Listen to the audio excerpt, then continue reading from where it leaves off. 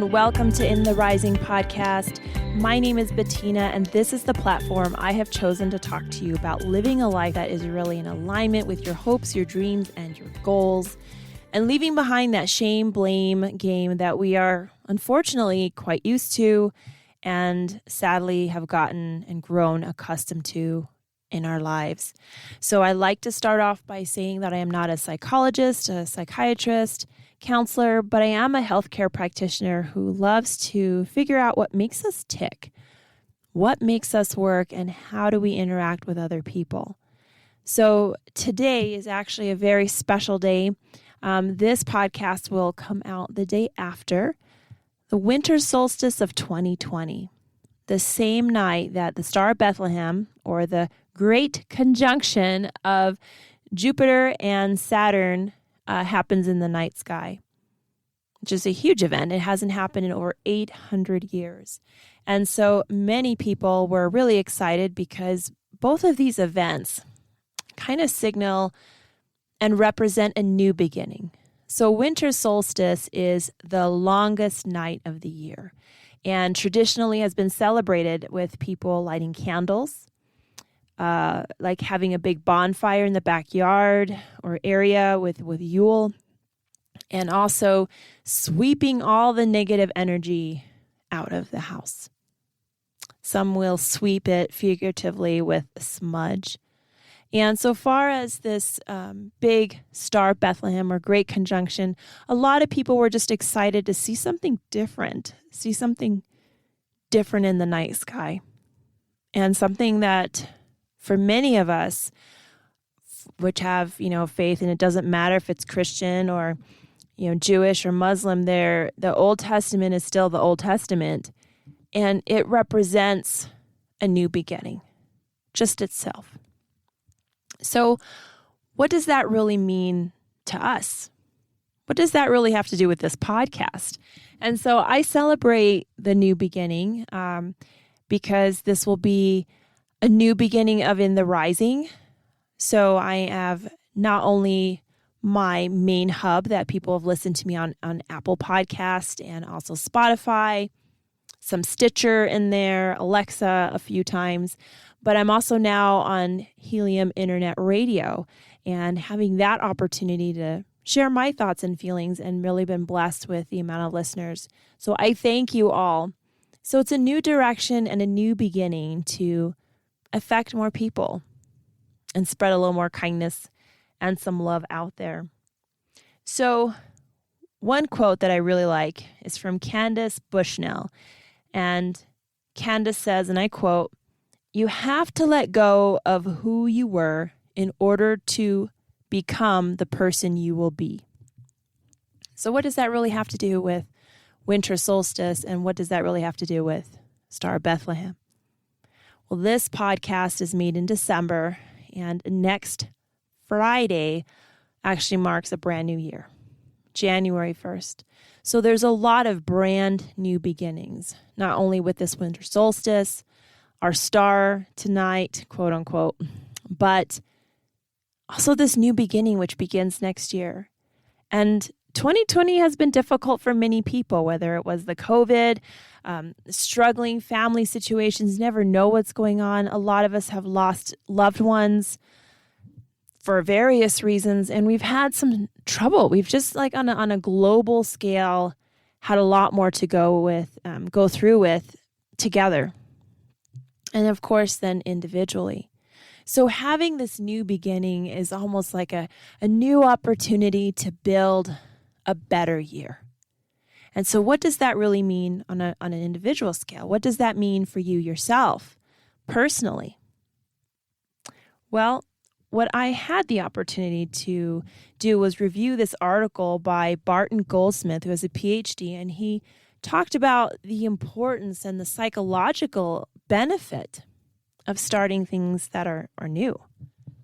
Why is that important? Why do we make SMART goals? Why do we make resolutions? And we're so excited about a new beginning and we sing Happy New Year. What is it about new that is just so important for our soul? Well, I believe that three of his points that are really important, and that makes sense, at least to me, are as follows. So number 1, remember that your future is not governed by your past.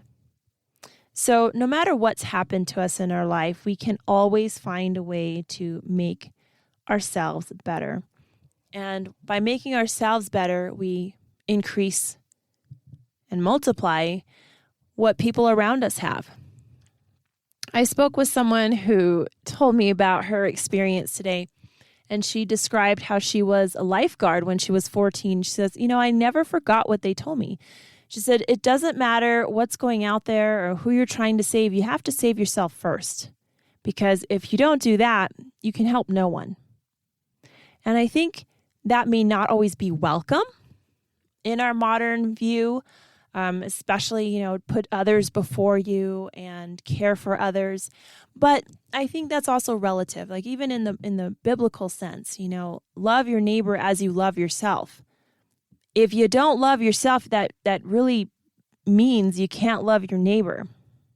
I think we forget that because we said neighbor first, that neighbor is more important. We have to love ourselves, because to start there, we can do more, give more, love more, provide more, spend more, anything more if we fill ourselves first. Now, I'm not talking about thievery, of course, but I am looking about developing yourself, your state of mind, your state of being, your state of health. If you have a spiritual life, to really come into a place where you are comfortable and comfortable going beyond your comfort zone, really pushing your own envelope in that, and knowing that whatever mistakes you made in your past, you learn from them. Even if you do it a second time, you may have made a second mistake, but you made it at a higher altitude. So you still gain something out of that. I think we should never forget, and we cannot hold on to that past so much that we don't love our present, because our present is, tomorrow's past. Make that best. Have a great view, and understand that the ups and the downs are going to provide you that wisdom. And wisdom does not come from making the right decisions all of your life. And it doesn't come from watching someone else make all the wrong ones either. The second thing that Dr. Goldsmith talked about was moving through life is like climbing stairs. You have to level up, but then you level out for a while. It's not a continuous upward shot. And I feel that this was a good reminder for me, and I believe it will be a good reminder for some other people, that, it's not always about moving up and up and up and up. Many times as we are moving through something or we feel stagnant, for example, if we feel stagnant with a job, it may have nothing to do with that job, but we are just learning to be at that kind of pace and handle the things that we are handling to the point that it's second nature, that it doesn't take any brain power or any willpower to go through that. Similar to driving a car. When we first start driving, how we pay attention to everything, how you can feel the seatbelt on you. You can feel how much pressure and resistance the brake is giving you, and you're very aware of how smooth the steering wheel is and how much emotion is really involved from you and how much that's going to translate to the tires. You're very hypervigilant about looking in all the directions, or you're hypervigilant just looking forward and you don't look in any directions at all. But once you've driven for a long time, you can drive clear across town, or heavens, clear across state, and then you realize you have no idea how you got there, because that was such a part of your body that you could safely drive from point A to point B and not have to be hyper vigilant on anything. You could actually focus on other things. The same goes with relationships. What about if you're in a place where you're able to step up, you're able to move into another phase of that relationship, but it doesn't mean you have to continue. What about if you stay right there? You test those waters. You test your trust of that other person. You test your trust of yourself. You're not going to run away. You're not going to look to sabotage it. You're not going to figure out what's wrong when there is nothing wrong. You're going to settle in and feel comfortable at that new place.